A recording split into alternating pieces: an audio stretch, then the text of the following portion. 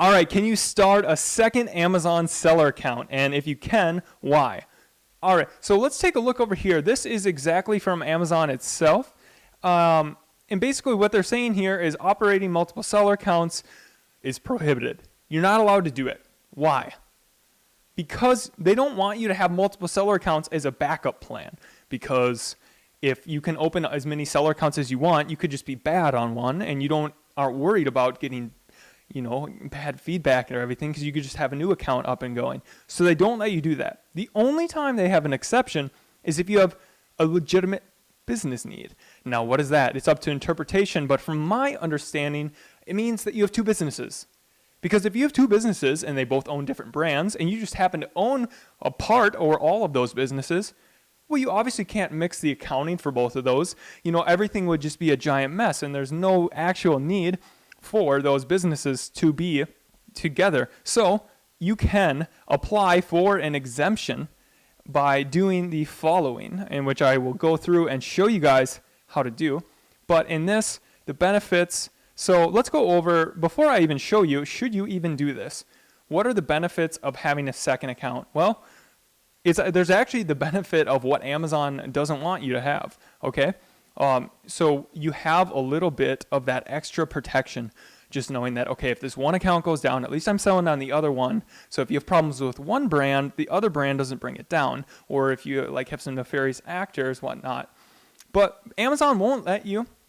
Here's the thing. So they're not going to let you sell in the same categories on the same brands. Now, you might be able to get away with this, but you're technically breaking their terms and services. So that's up to you guys to make that choice. I wouldn't do it just because there's a huge risk and you don't want to get banned. And this one might be harder to fight. So, okay, so here's the big benefit. Let's say you're starting two big brands and you want the ability to sell one. When you sell in the future, the buyer wants the whole account, okay? They're not going to just want access to sell that brand, which you could technically do. You could have them create their own Amazon seller account and you could give them brand registry rights and they get the whole company and everything, but you get to keep that Amazon account. Very unlikely though, because they're going to want that whole sales history and everything in case Amazon makes a change in the future. So currently, it doesn't really matter how long you've been selling for or your total account. There's no page authority like in Google. So Google, if Amazon is like has one of the highest page ranks, is a very trustworthy site because over 90% of all websites are spam. I'd say probably 90% of all Amazon accounts are spam or really bad.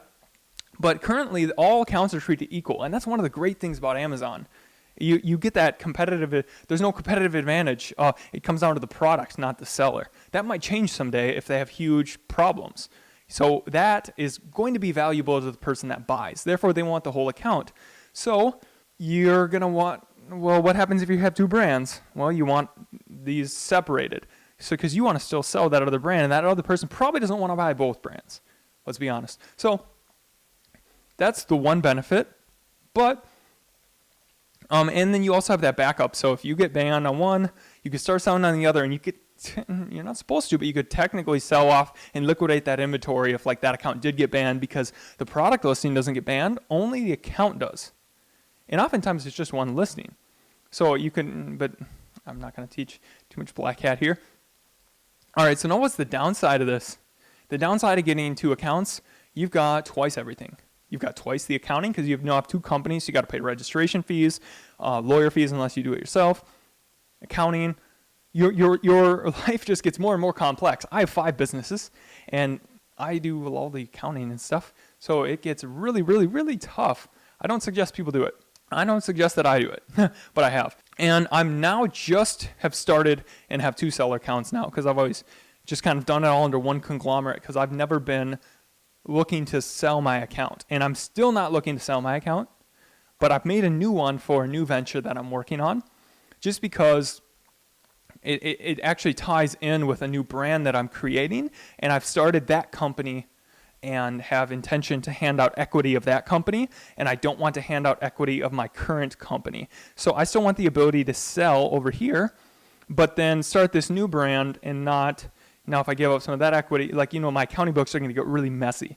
So that I'm taking on this downside of now twice the reporting, twice the everything, but it's worth it in my opinion. So that's what it is. If you have separate businesses, you have a real need, and you just lay it out, and we're going to go through right now how you would actually do that. All right, so now we're going to go into the step-by-step how you would actually do it. So you go to Help, and you hit Contact Us on Amazon right there. So you click Contact Us, and you get to this page. Okay, and then what you do is it loads. You hit Selling on Amazon.